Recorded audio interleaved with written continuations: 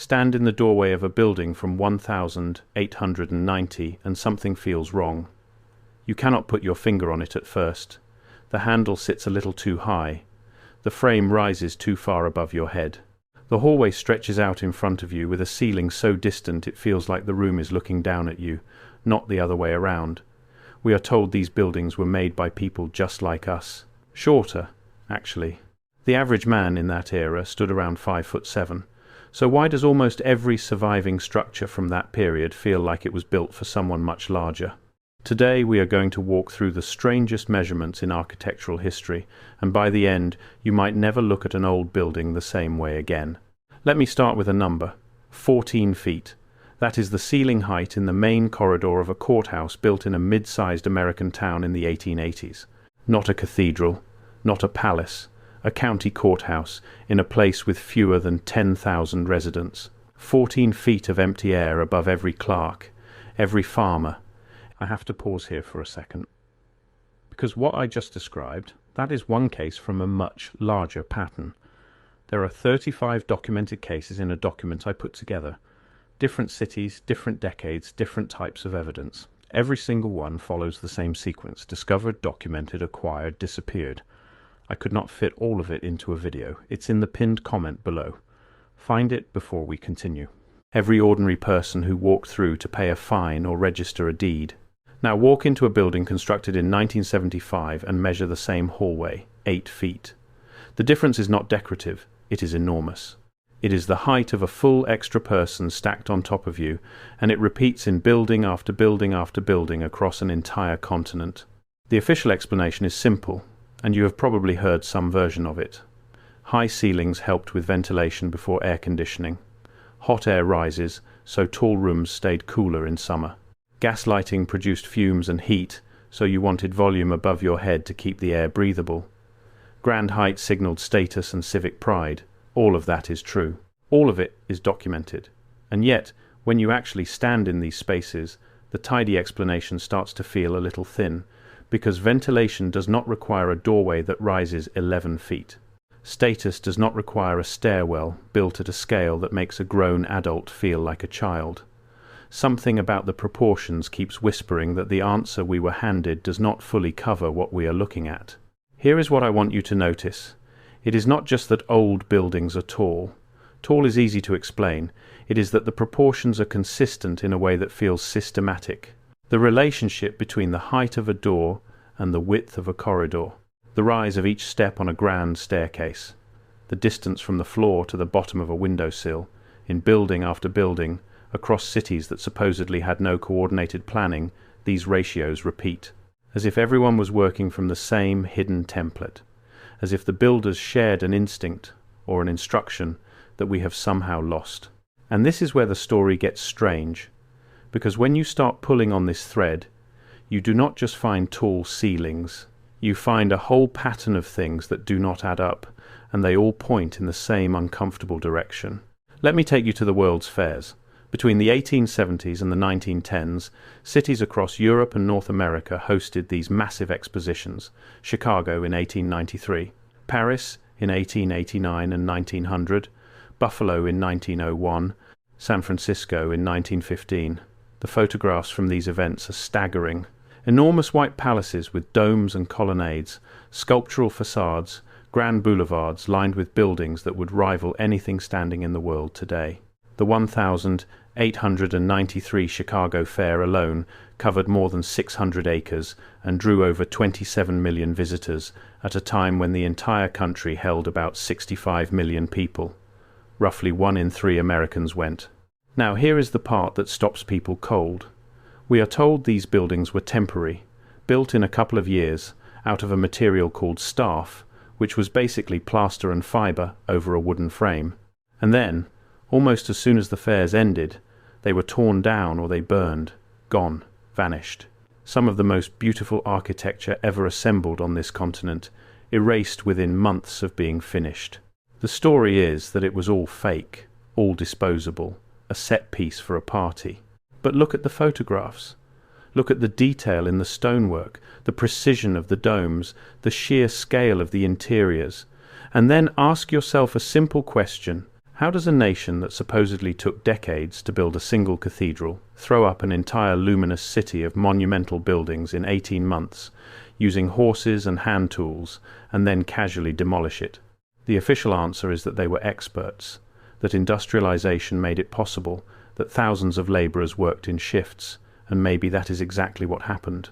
But the numbers strain against belief, and the more you look, the more the strain shows. Let me bring in the economics, because this is where revisionist historians really start to raise their eyebrows. Buildings are expensive. They have always been expensive. The labor, the materials, the transport, the skilled craftsmen. A building is one of the largest expenditures any society makes. So when you see a period that produced an overwhelming volume of ornate, oversized, labor-intensive construction, the first question an economist should ask is simple. Who paid for it, and how? Consider the ornamentation alone. Walk through any older downtown and look up. Carved stone faces, floral cornices, detailed ironwork on windows that no one on the street will ever notice. Hand-laid mosaic in the lobby of an ordinary bank. This is not cheap. Ornamentation like this requires master craftsmen, and master craftsmen require years of training and command high wages. To decorate a single mid-sized commercial building at that level of detail today would cost a fortune and take a small army of specialists who, frankly, barely exist anymore. Yet a century ago, it appears to have been almost routine, standard. The default setting for a building that housed a shoe store. The official explanation is that labor was cheap and skilled tradesmen were plentiful. Immigration filled the cities with stonemasons and plasterers and ironworkers who had learned their craft in the old country. Wages were low, materials were local, and pride in craftsmanship was cultural. Again, all true, all documented. But here is the friction. If that ornate style was purely a product of cheap, skilled labor, why did it not simply fade as labor got more expensive? Why did it collapse? Because that is what happened. It did not slowly decline. Across roughly 2 decades, the entire visual language of Western architecture went from oversized, ornamented, and human-warm to flat, boxy, and functional. The knowledge did not gradually erode. It fell off a cliff. And that cliff has a rough date range, somewhere between the First World War and the years after the Second. Before it, we built temples for post offices. After it, we built boxes. The buildings got shorter, the ceilings dropped, the ornament disappeared. The doorways came down to human scale, or below it, and an entire generation was taught that the old way was wasteful, dishonest, and backward. Form follows function, they said. Ornament is crime, one famous architect actually wrote. The most beautiful buildings we had ever made were reframed, almost overnight, as embarrassing mistakes. Now, a skeptic will tell you that this is just the story of modernism. Tastes changed. New materials like steel and reinforced concrete made new forms possible. 2 devastating wars destroyed capital and killed a generation of craftsmen. The economics of construction shifted towards speed and efficiency.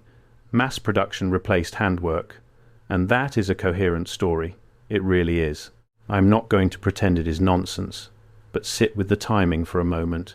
An entire civilization's building tradition, thousands of years in the making, reverses itself completely within a single lifetime. The people who could carve a stone face retire, and no one is trained to replace them. The blueprints for the old way are not lost, exactly. They are abandoned, actively, deliberately, as if the culture was being steered away from something. This is the seed of what some people now call the reset theory. The idea, in its gentler form, is not that lizard people ran the planet. It is that there was a period, roughly a century and a half ago, when the world we see in the old photographs was somehow more advanced, more beautiful, and more coordinated than the story we were handed can account for.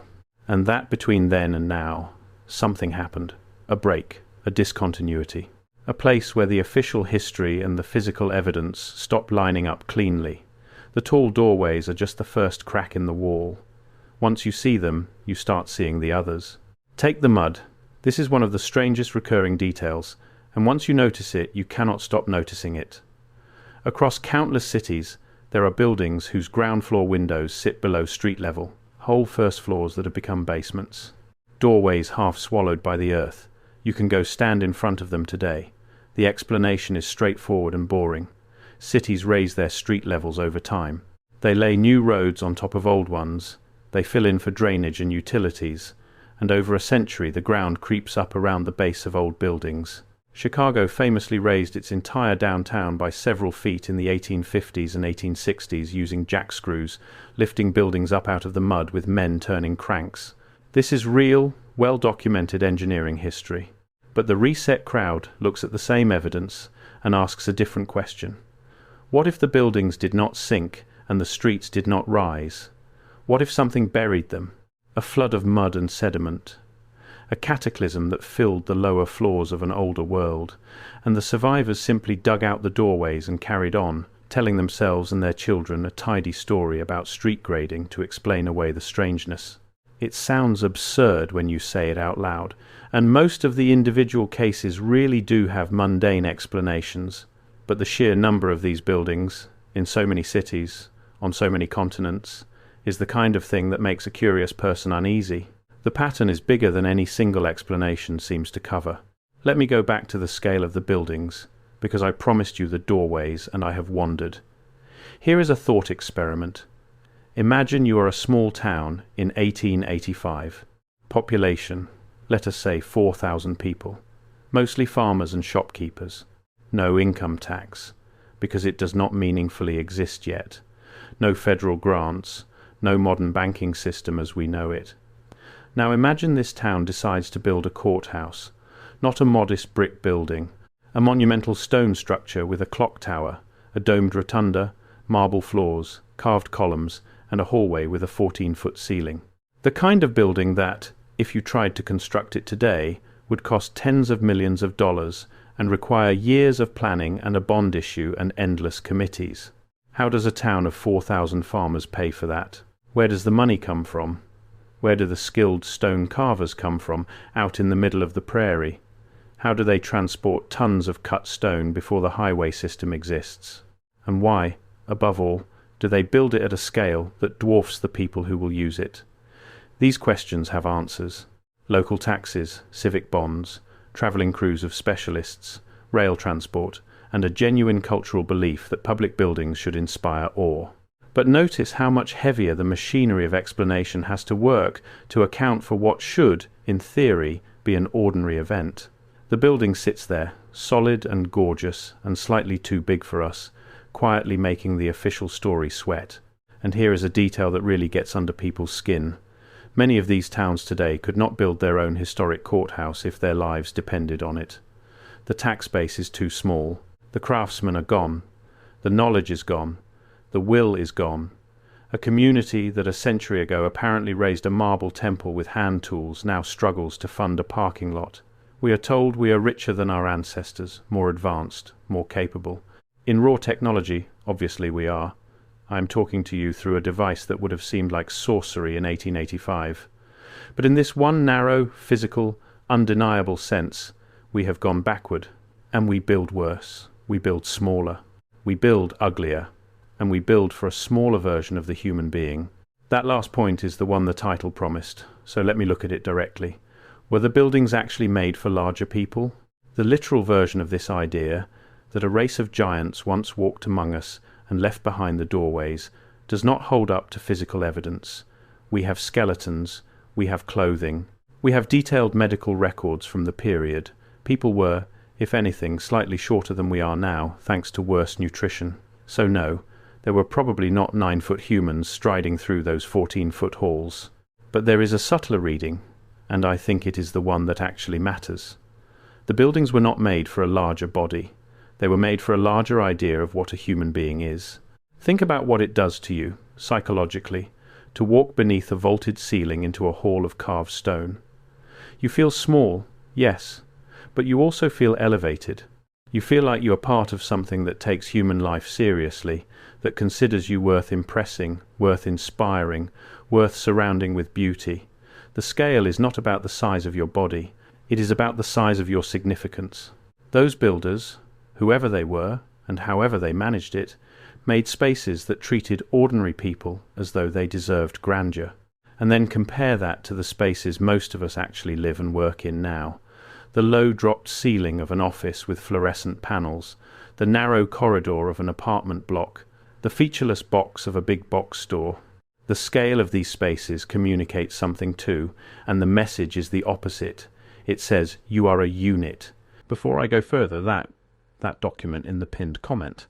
If you have not found it yet, go there now, because everything I cover in these videos is one piece of a pattern that only becomes visible when you see all 35 cases together. The document shows you the full pattern. What I can show you here is the surface. What is down there is everything underneath it. Pinned comment, now, then come back. You are a cost to be minimized. You are exactly as large as you need to be to fit through the door, and not 1 inch larger. The doorways of the old world were built too big for us because they were built for a person the culture believed was bigger than we are now allowed to believe we are. That is the real shrinkage, not the body, the self. So, who took it away? This is where every thread in this story converges, and where you have to be honest about the difference between a real question and a fantasy.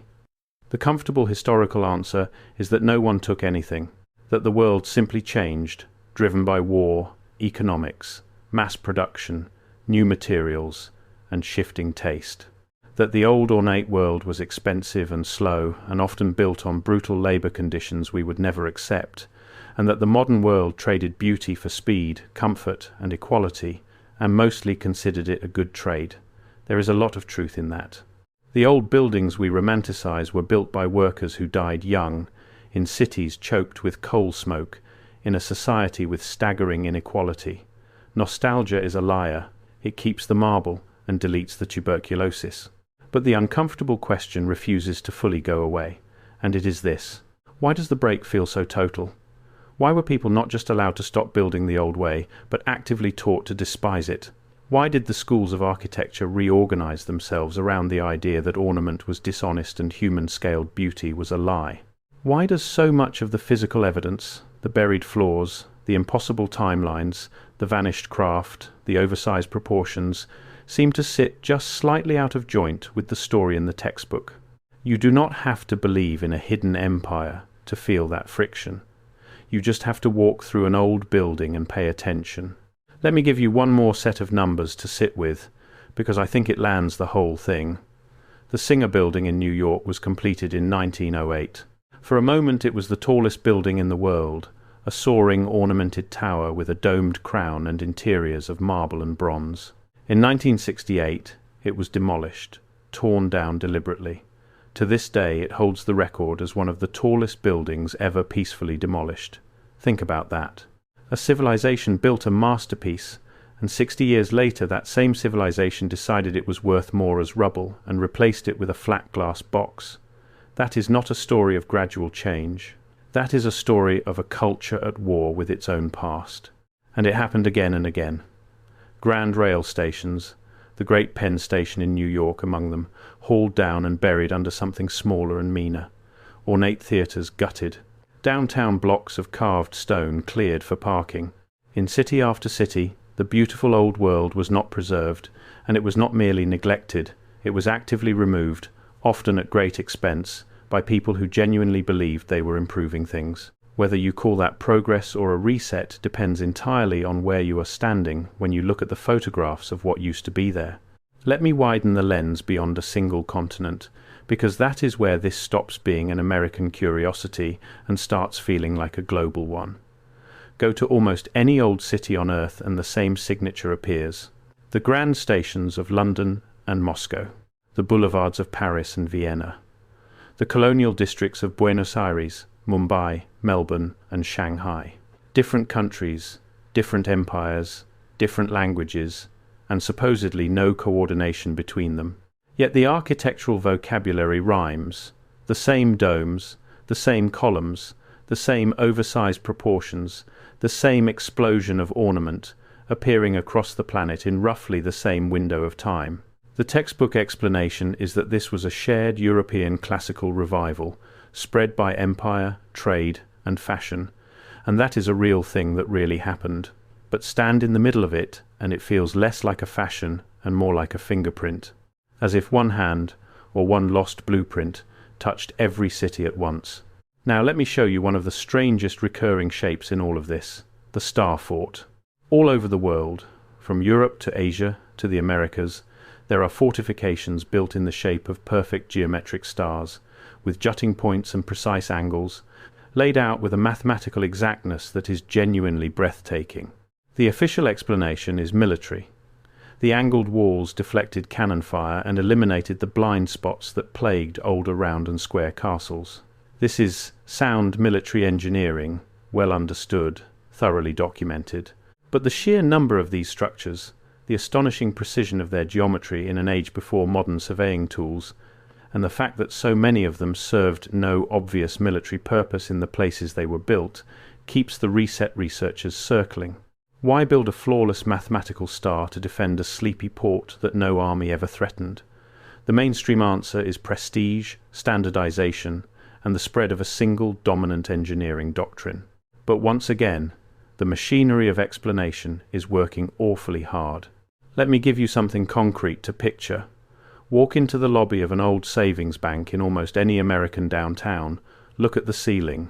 It might be coffered, or painted, or gilded, 20 feet over a room where people once stood in line to deposit a paycheck. Look at the floor, laid in patterns of coloured stone by hand, tile by tile. This was a bank, a place for the boring business of money, and it was built with more care and more beauty than most of the churches we manage to put up today. Now picture the bank branch you actually use, a beige box in a strip mall with a drop ceiling and a laminate counter. Both buildings do exactly the same job. One of them treats you like a soul, the other treats you like a transaction, and only about 100 years separates them. Come back to the craftsman, though, because this is the part I find hardest to shake. A master stonemason is not made in a weekend. In the old system, you started as a boy, apprenticed for years to a master, and slowly climbed from labourer to journeyman to master over a decade or more. This system produced an unbroken chain of skill stretching back centuries. Each generation trained the next. The knowledge lived in hands, not just in books. And then, in the span of a few decades, that chain snapped. The apprenticeships dried up, the trade schools pivoted, the demand collapsed, and the men who could carve a living face out of a block of limestone grew old and died without passing the skill on, because no one was hiring for it anymore. Think about what that means. We did not lose the ability to carve stone because of some mysterious cataclysm. We lost it because we stopped valuing it, and skills that are not used are skills that die. The knowledge was not stolen in the night. It was allowed to starve in broad daylight, and that is almost worse, because it means the loss was a choice made a little at a time by people who mostly did not realize what they were letting go. We stand in front of a carved cornice made by an ordinary tradesman in 1890, and we cannot fully reproduce it. Sit with that. An ordinary worker did something a century ago that our entire advanced civilization now struggles to match by hand. And here is where the economics gets truly uncomfortable. We assume older societies were poorer than ours, and by most measures they were. But wealth is not only money in a bank. Wealth is also what a society is able to physically produce and leave behind. And by that measure, these supposedly poorer societies outbuilt us.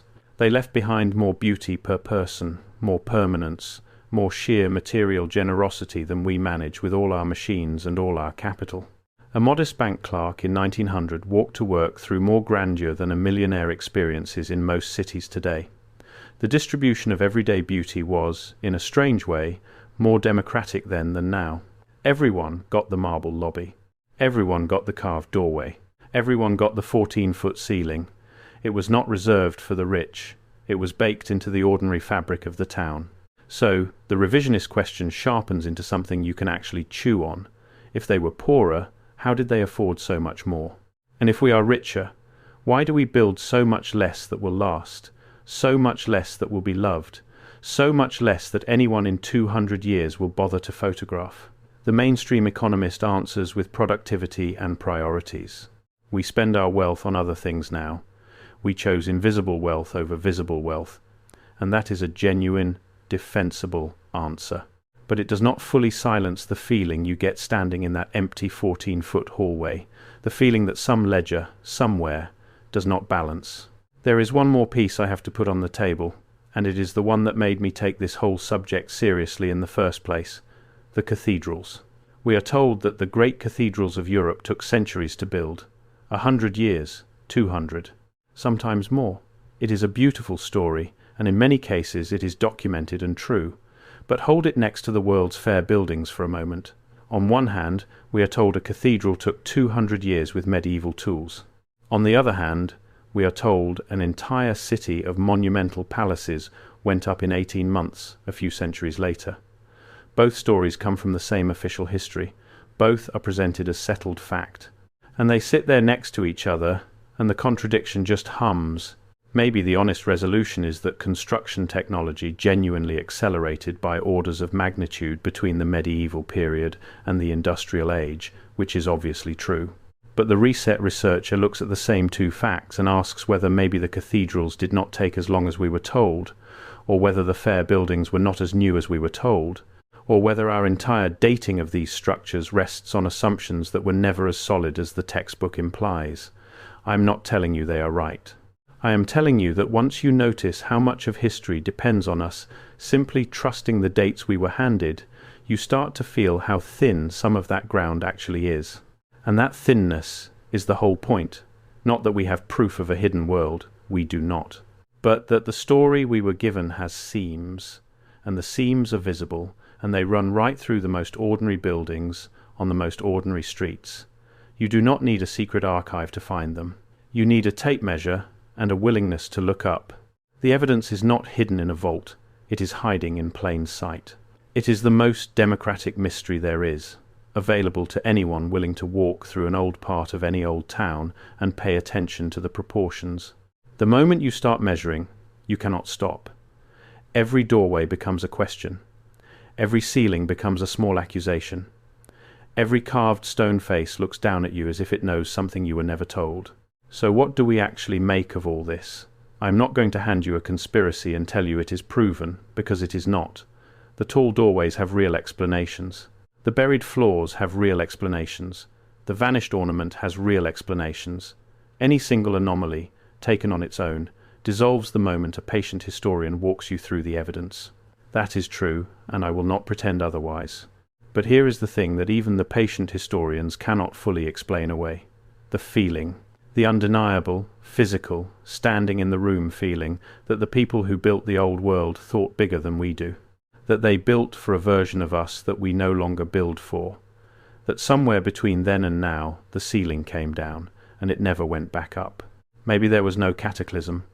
Maybe there was no lost empire, no hidden reset, no erased civilization of master builders.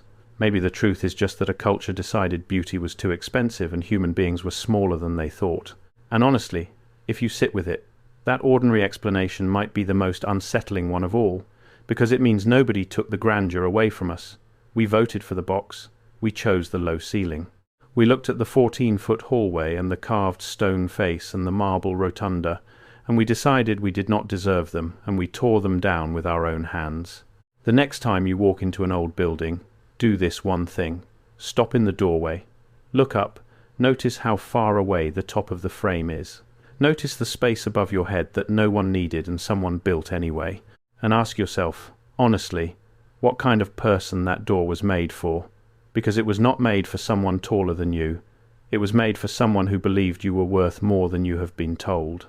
And that, more than any flood of mud or vanished empire, is the mystery worth solving. Not where the giants went, where our own sense of scale went, and whether we could ever build it back. The measurements are still there, waiting in every old town square, in every courthouse and library and station that somehow survived the wrecking ball. They do not lie. Stone does not know how to lie. It simply stands there, slightly too tall, slightly too grand, slightly too generous for the world that inherited it, and it asks the only question that ever really mattered: who did they think we were? And why did we ever agree to become something smaller?